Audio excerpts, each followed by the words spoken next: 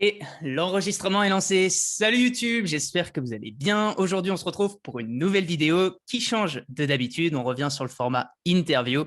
Et aujourd'hui, vous l'aurez sûrement reconnu, je reçois Grégoire Dossier. Comment ça va, Grégoire? Salut Tim, ça va et toi? Ouais, super, grande forme. En ce début de semaine, on enregistre un lundi, donc d'attaque tout de suite. Qu'est-ce que t'en penses? Vas-y, pose-moi tes questions. Eh bien, écoute, super. Ben, avant de vraiment rentrer dans le vif du sujet et de poser des questions, je voudrais vraiment te remercier aussi. C'est vrai que c'était quelque chose que qui me tenait vraiment à cœur et je te remercie de prendre aujourd'hui le temps de répondre un petit peu à mes questions. Et on va avoir un programme assez varié, donc pour peut-être te présenter avant de rentrer dans le cœur du sujet, je vais te laisser te présenter et pour faire ça de manière un petit peu originale, je voulais savoir si tu devais présenter le Grégoire au moment de lancer sa chaîne YouTube et le Grégoire d'aujourd'hui, qu'est-ce que tu dirais dans chacun de ces deux cas?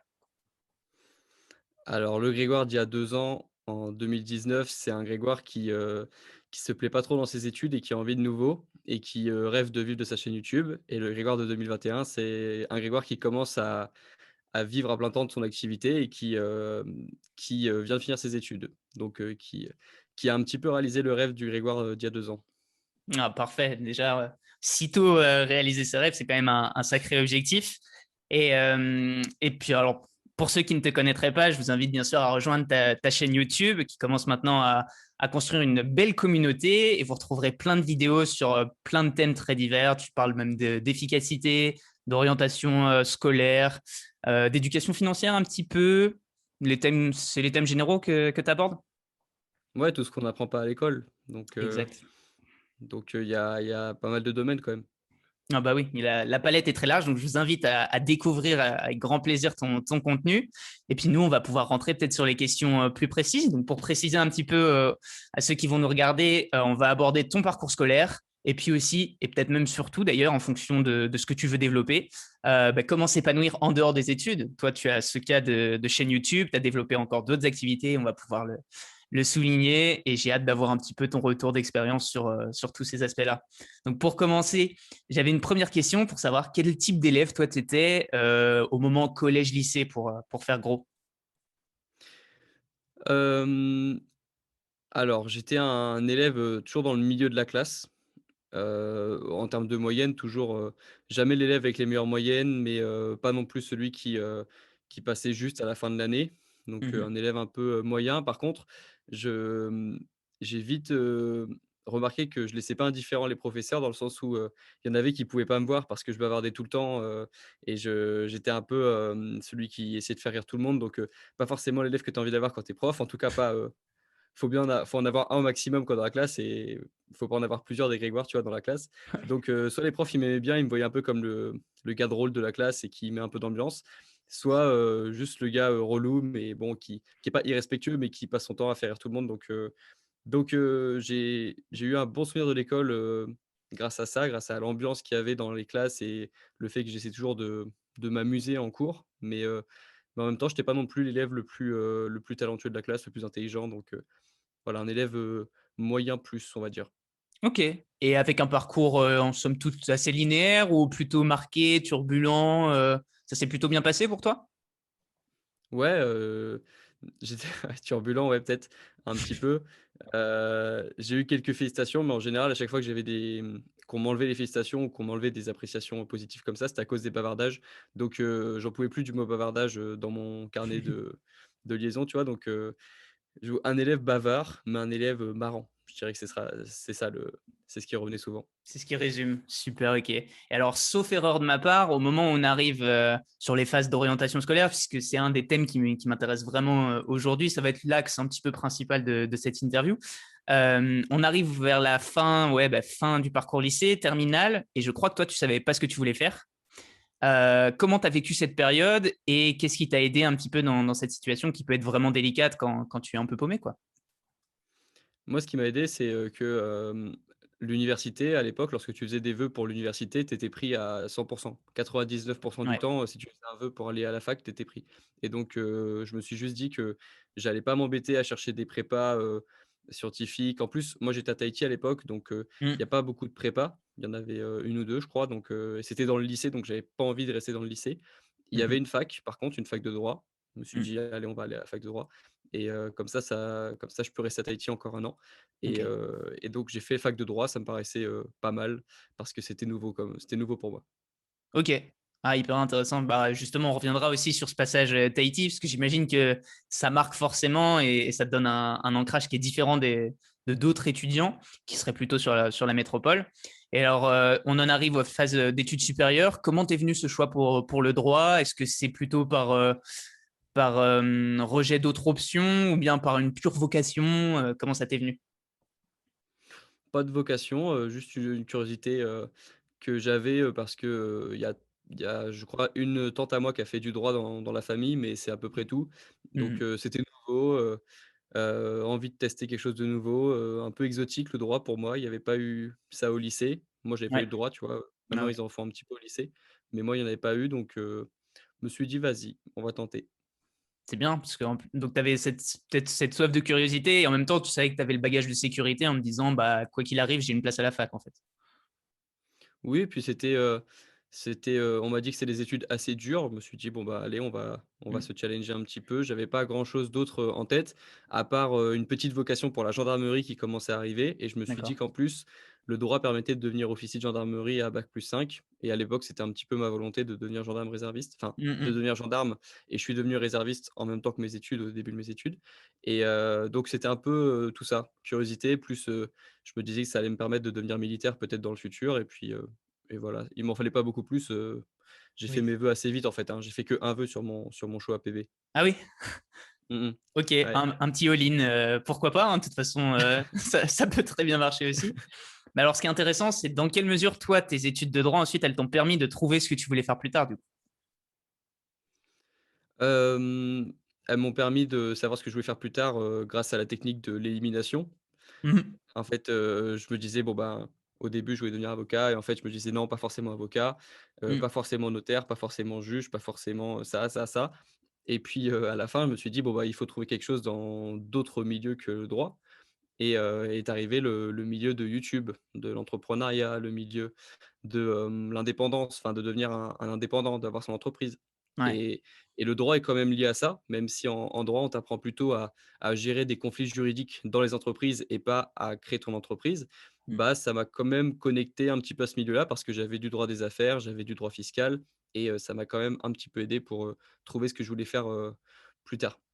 Ouais, je comprends et en plus de cette méthode c'est complémentaire avec cette méthode par élimination puisque tu avais quand même donc, tu pouvais faire des connexions finalement, même si c'était pas de la création d'entreprise pure et dure, tu avais des notions qui pouvaient se relier et pour revenir sur cette méthode par élimination, tu en parles, dans plusieurs de tes vidéos et c'est vrai que je te rejoins vraiment sur cet aspect-là parce que c'est quelque chose que beaucoup en fait, quand on commence à être, paumé et ne pas savoir comment avancer, bah, beaucoup devraient commencer par procéder par élimination et comment tu as eu ce déclic en fait? Est-ce que toi, c'est venu assez instinctivement en te disant bah, de toute façon, j'ai cette porte vers le droit, maintenant ensuite j'élimine? Ou bien est-ce que tu as d'abord essayé de faire l'inverse et après tu en es venu tant bien que mal à faire par élimination? Comment ça t'est venu et comment le processus s'est enclenché pour toi? Le déclic, il est arrivé en fin de licence 3 où, Ouais. je commençais vraiment à savoir que, à comprendre que j'allais pas devenir un avocat plus tard ou un juriste. En tout cas, que si je devenais un juriste, ça allait être, un métier alimentaire et pas un métier, passionnel pour moi. C'était assez un peu embêtant quand même. Je me suis dit: «Bon, bah, quitte à je sais pas, quitte à faire 5 ans d'études, j'aurais préféré avoir une vocation pour un métier dans le droit» et je me suis Mmh. dit: «Bon, bah, je pense que je l'aurais pas, donc autant commencer à chercher, ce que je pourrais faire d'autre» et la passion, elle est arrivée très vite pour YouTube et la vocation, elle est venue de ma chaîne YouTube, mais pas des études en soi. Ah bah, super, bah, tu me fais une passerelle toute faite. Là, je vais me la saisir direct sur s'épanouir en dehors des études. On parlait justement à plusieurs reprises de ta chaîne YouTube. Comment t'en es venu et pourquoi tu en es venu à créer ta chaîne YouTube? Alors, moi, j'ai toujours aimé YouTube. Depuis que je suis adolescent, depuis que la plateforme existe, je passais beaucoup d'après-midi dessus.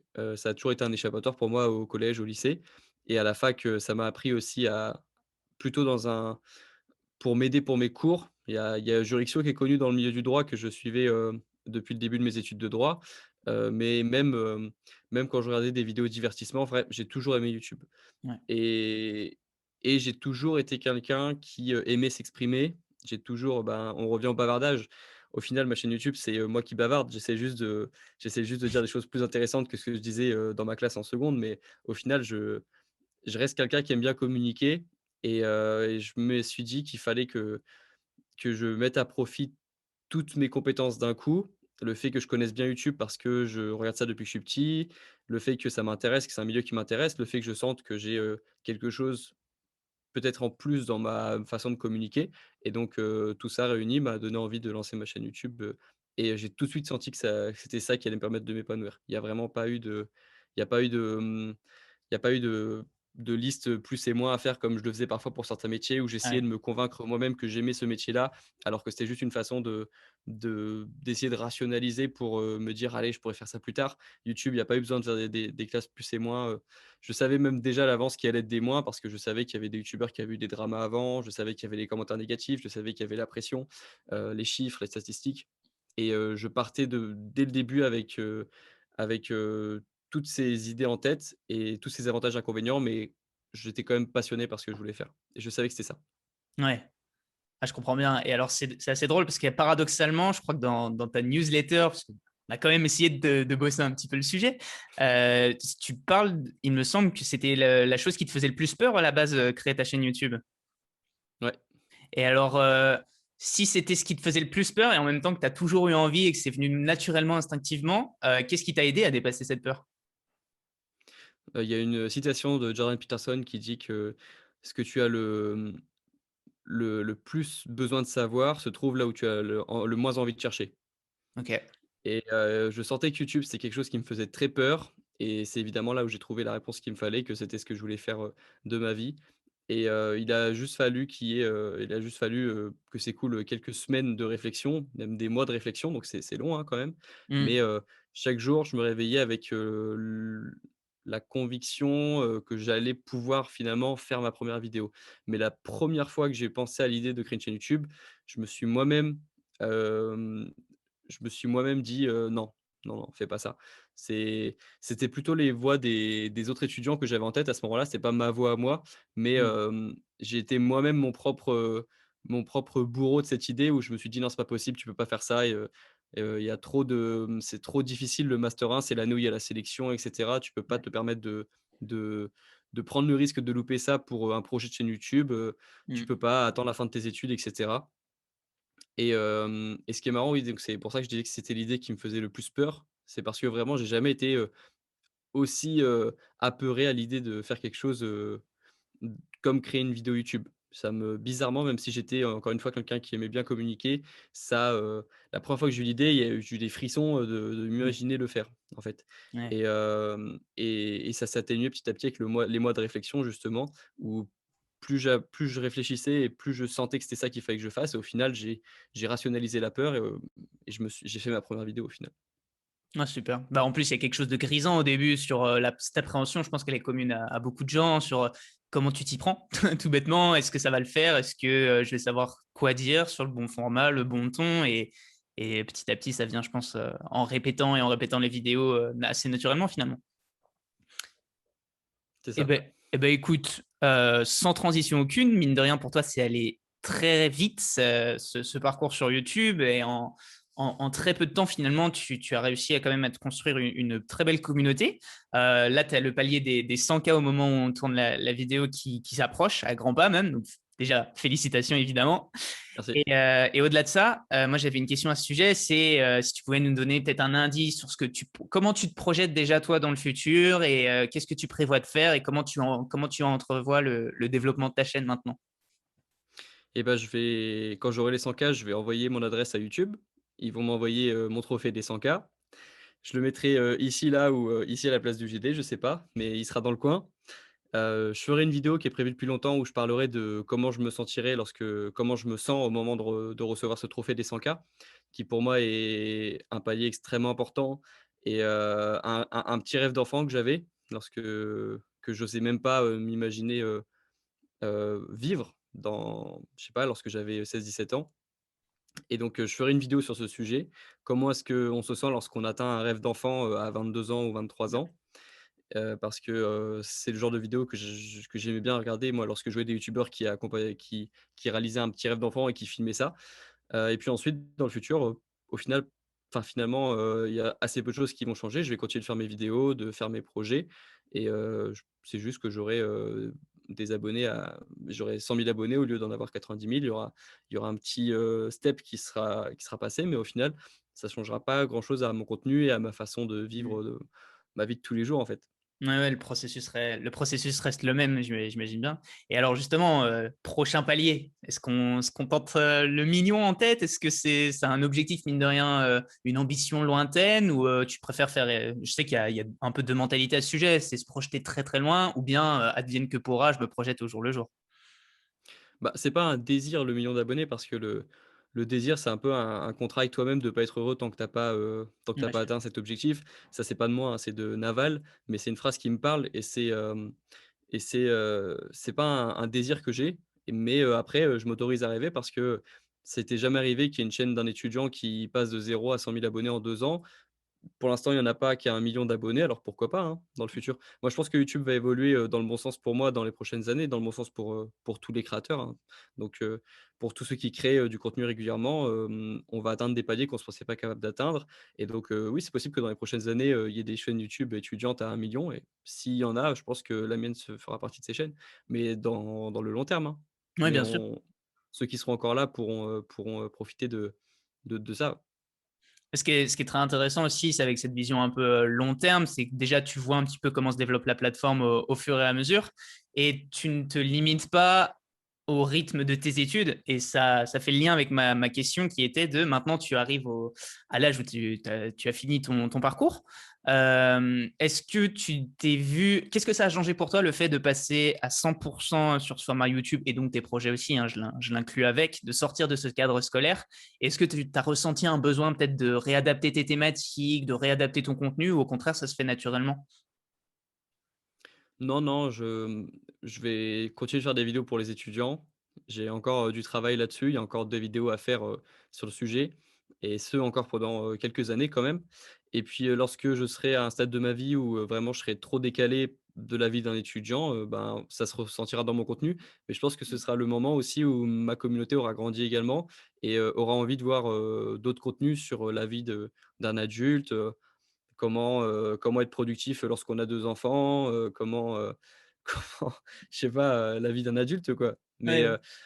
Mais je vais rester longtemps encore, je suis encore un étudiant dans ma tête, je suis encore quelqu'un qui a envie d'apprendre, qui est en train d'apprendre et je vais encore faire longtemps du contenu pour les étudiants donc ce sera, sur le long terme encore une fois. Le jour où je commencerai vraiment à ne plus jamais parler de la vie des étudiants, c'est sur le long terme. Ok. Puis en plus, là, on était vraiment focus sur ton contenu YouTube. Mais maintenant, si je prends Grégoire Dossier, l'entité en général, ça dépasse ce cadre-là. Évidemment, il y a ton livre qui trône derrière, mais pas que. Il y a aussi tes posters. Donc, tu as plein de projets annexes qui commencent à voir le jour. Comment tu envisages, pareil, ce développement de projet? Et ma question derrière ça, c'est est-ce que tu trouves le même plaisir? Parce que là, c'est un petit peu encore au début hein, de ces nouveaux projets. Est-ce que tu trouves le même plaisir que quand tu as commencé ta chaîne YouTube? Mmh. C'est une bonne question parce que c'est pas le même plaisir en fait.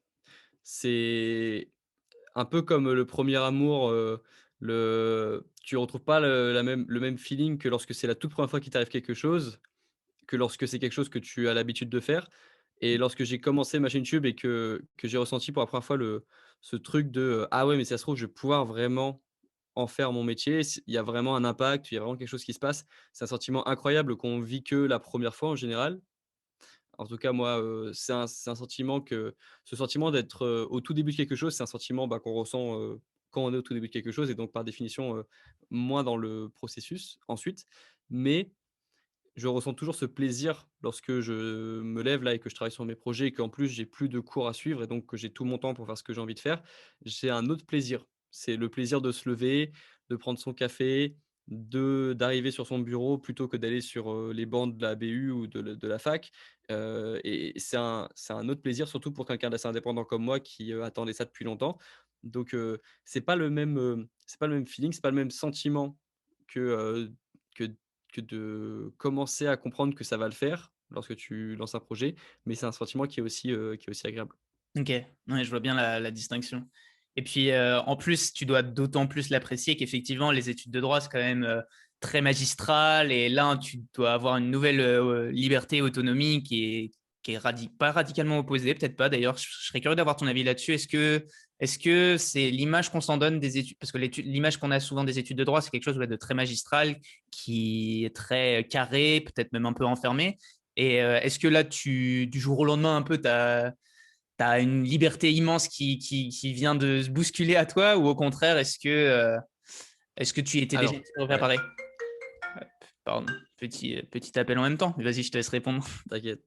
Alors il y a 2 choses. Il y a ce qui a changé et que, ce que je m'attendais pas à faire et qui a le plus changé dans ma vie et ce que je m'attendais à faire et qui en fait n'a pas eu tout changé par rapport à la vie que je m'imaginais lorsque j'étais encore étudiant. Ok. Ce qui a le plus changé, c'est le mouvement. J'ai réalisé que, ce que j'aimais le moins dans mes années à la fac, en dehors des cours que j'aimais pas apprendre et qui étaient, des cours que j'aimais pas et que je devais apprendre, qui est une sensation un peu désagréable quand même de se forcer à apprendre un cours. Ce que je détestais le plus à la fac, c'était l'absence de mouvement. Que ce soit le fait pour moi, c'est pas bon pour la santé de rester dans un amphithéâtre, des heures et des heures par jour et c'est difficile de faire autrement, je suis d'accord, mais c'est la première chose qui m'est venue à l'esprit lorsque j'ai commencé à devenir, maître de mon temps, c'est que j'allais beaucoup plus bouger. Même lorsque je fais mes vidéos, je tourne 1 heure. Je sais pas, je travaille sur mes projets, je réponds à des mails, ça me prend 1 heure et ensuite je bouge et je reviens ici, travailler, mais je bouge toute la journée, je bouge en fait. Je fais, plusieurs balades par jour, je cours, je me sens mieux lorsque je suis en mouvement physique comme ça et ça, c'est ce qui a le plus changé depuis que je suis, à plein temps sur YouTube. C'est que, si j'ai envie de me lever et d'aller courir, si j'ai envie de me lever et d'aller marcher, je le fais et Mm. même je le fais avec plaisir parce que pour moi, le mouvement, c'est la vie et c'est hyper important pour moi Mm, et j'avais pas je pensais pas que c'était ça qui allait, le plus changer par rapport à ma vie d'étudiant, qui a des cours, 35 heures, non 30 heures par semaine, je sais plus exactement Oui, oui. En tout cas, nous et sommes. ce qui a ce que je m'attendais à faire et qu'en fait j'ai pas beaucoup fait, c'est Ouais, le voyage. Moi je pensais que les youtubeurs, les ce qu'on appelle le nomade digital, le ouais. rêve qu'on vend, aux personnes qui sont sur internet, c'est que tu es libre géographiquement et cetera et j'en parlais avec Eric Flag l'autre jour, enfin hier et c'est marrant parce que nous 2 on s'est lancés avec cette idée aussi de: «Ouais, c'est trop bien d'être libre dans l'espace, de pouvoir, faire ses vidéos n'importe où dans le monde» et on s'est rendu compte, qu'une fois qu'on a notre petit setup chez nous et qu'on est content d'être chez nous, donc en France pour moi et en Suisse pour lui, bah, on n'a pas forcément envie de voyager tout le temps, ou alors on le fait mais pour les vacances, mais on n'est pas forcément obligé de changer de pays tous les mois ou de s'installer définitivement dans un pays parce qu'on est assez bien chez nous et donc finalement, j'aurais pu, voyager bien plus que ça depuis que j'ai fini mes études et en fait, je vais seulement voyager dans 1 semaine pour voir mes parents. Mm. Mais c'est pas, j'aurais pu voyager beaucoup plus et faire des vidéos, je sais pas, dans plein de pays, mais j'en ai pas forcément, très envie. Je suis bien, ici aussi. Tant que je peux bouger et travailler, sur mon bureau et que je me sens bien dans mon setup, je suis content ici. Ouais, j'imagine bien. Et l'avantage aussi à côté de ça, c'est que tu sais que tu as la possibilité de le faire par contre. Donc, si demain ou après-demain, tu as une envie, bah, tu n'es plus contraint par justement ce programme d'études, quoi. Exactement. C'est ça que j'ai appris aussi avec YouTube, c'est que quand tu as la possibilité de faire quelque chose, ça te fait moins envie et plus tu crées des opportunités pour avoir quelque chose, plus tu as l'occasion d'avoir quelque chose et moins tu as de désir. Parce qu'en fait, à partir du moment où tu peux, par exemple, t'acheter quelque chose, ça te fait moins envie. À partir du moment où tu peux voyager, ça te fait moins envie et donc au final, tu es quand même plus heureux parce que tu as moins de désir et Mm. heu et tu as plus de possibilités aussi Mhm. et je me rappelle que, par exemple, mes parents, ils ont déménagé à l'autre bout du monde, ils ont été mutés, ils sont professeurs, ils ont été mutés à Tahiti donc Mm. c'est littéralement le bout du monde, c'est à 20 heures d'ici en avion, 24 heures. Heu moi, j'ai mis sur un compte assez pour pouvoir voyager, pour prendre un billet d'avion, aller-retour à Tahiti et je l'ai mis sur un compte et à partir de ce moment-là, j'avais moins cette sensation d'être, isolé de mes parents parce que je me disais: «J'ai de quoi partir maintenant si j'ai envie à Tahiti» et donc je vivais mieux le fait Mm. qu'il soit à 24 heures d'ici et j'aurais pu, par exemple, aller les voir, je sais pas, juste après leur départ mais le fait d'avoir, assez sur, ce compte pour pouvoir partir, aller les voir, ça a limité cette tristesse, ce désir de partir tout de suite à Tahiti, aller les voir, tu vois? Et ça Ouais. me le fait pour plein de choses, je me disais, «Ouais, mais quand je serai youtubeur, et que je pourrais vivre de ma passion, je sais pas, j'achèterai des drones, j'achèterai plein de matos pour YouTube» et en fait, j'ai mon drone, c'est pas le dernier cri, mais je suis très content en fait, je suis bien avec ce drone. J'ai pas forcément besoin du pro. J'ai pas le débutant, c'est un Mavic, 2. Ouais. C'est pas le pro, mais c'est le R et Mmh. je suis content et je pourrais prendre le pro, mais j'en ai pas besoin Mmh, mmh mh. et ça, c'est agréable aussi comme sensation et je pensais pas que c'était, un truc que j'allais ressentir aussi, en étant youtubeur, à plein temps. Ah bah oui, mais là, tu peux, à mon avis, que le sentir, en l'expérimentant et en le vivant, sur le moment, quoi. Et alors, c'est hyper intéressant parce que donc tu évoques 2 points, que j'avais envie d'évoquer avec toi.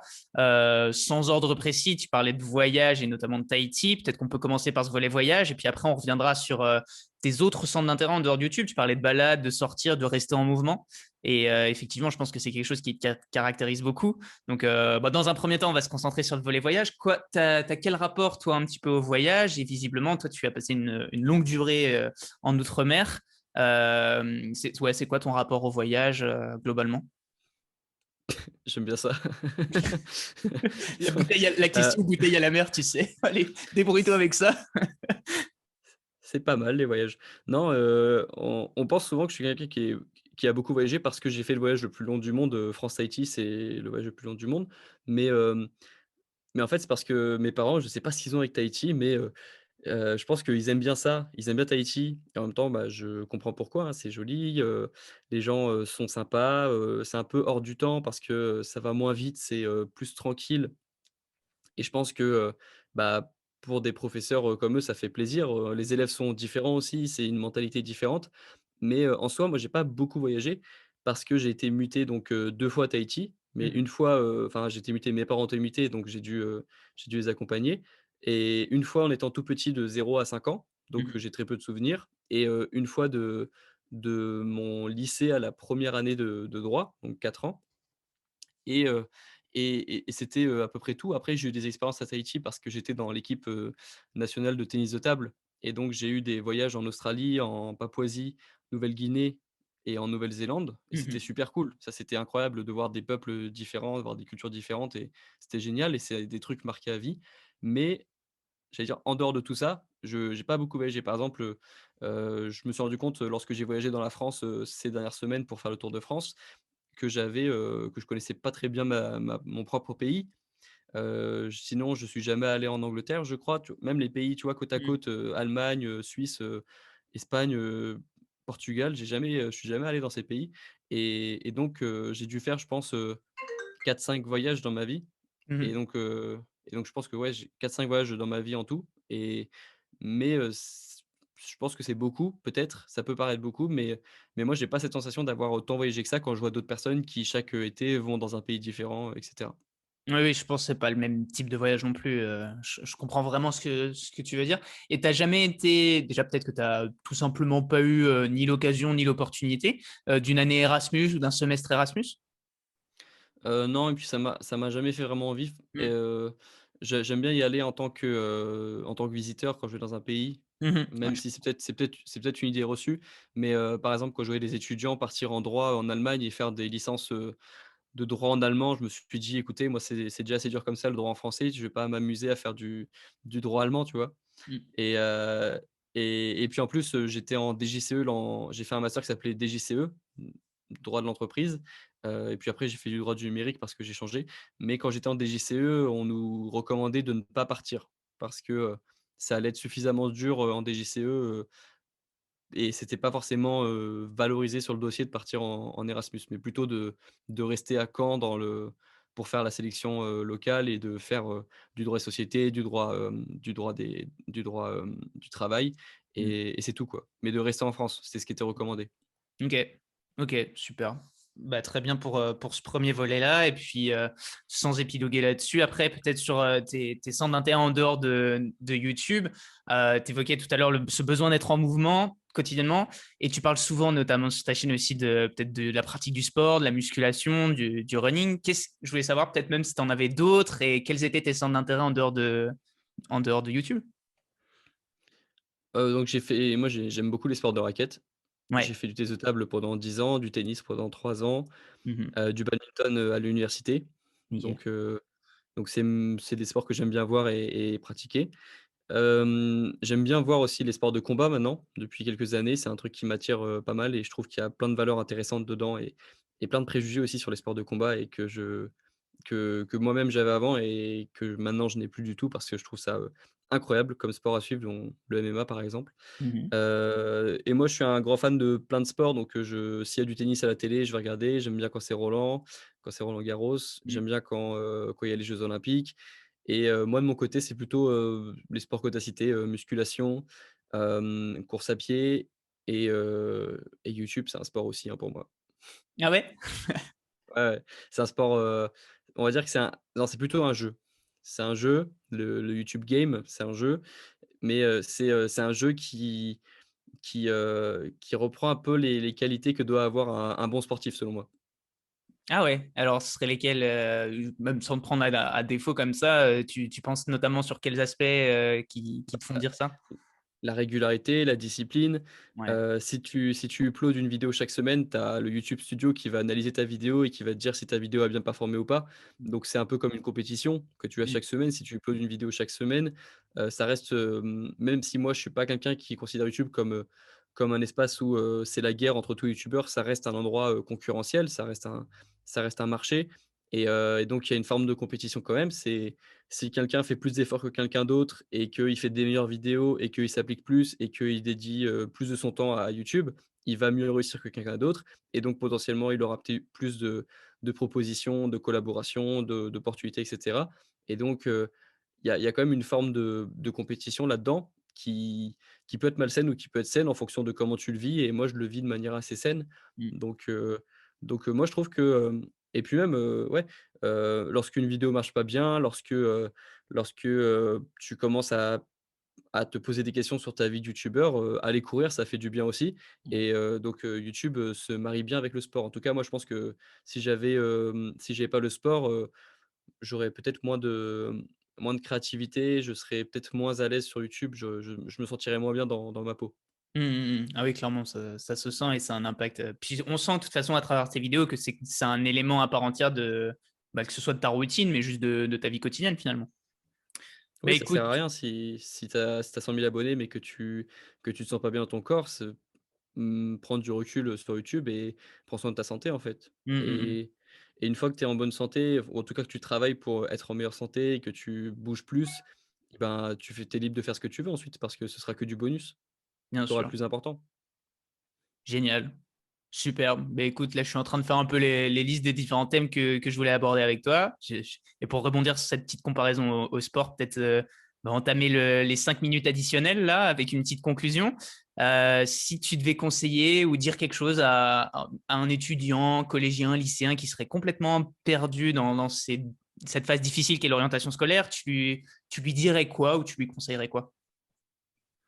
Bah, comme ça, d'aller voir ma chaîne parce qu'il va avoir un blond de 22 ans qui passait par ça aussi. Mmh.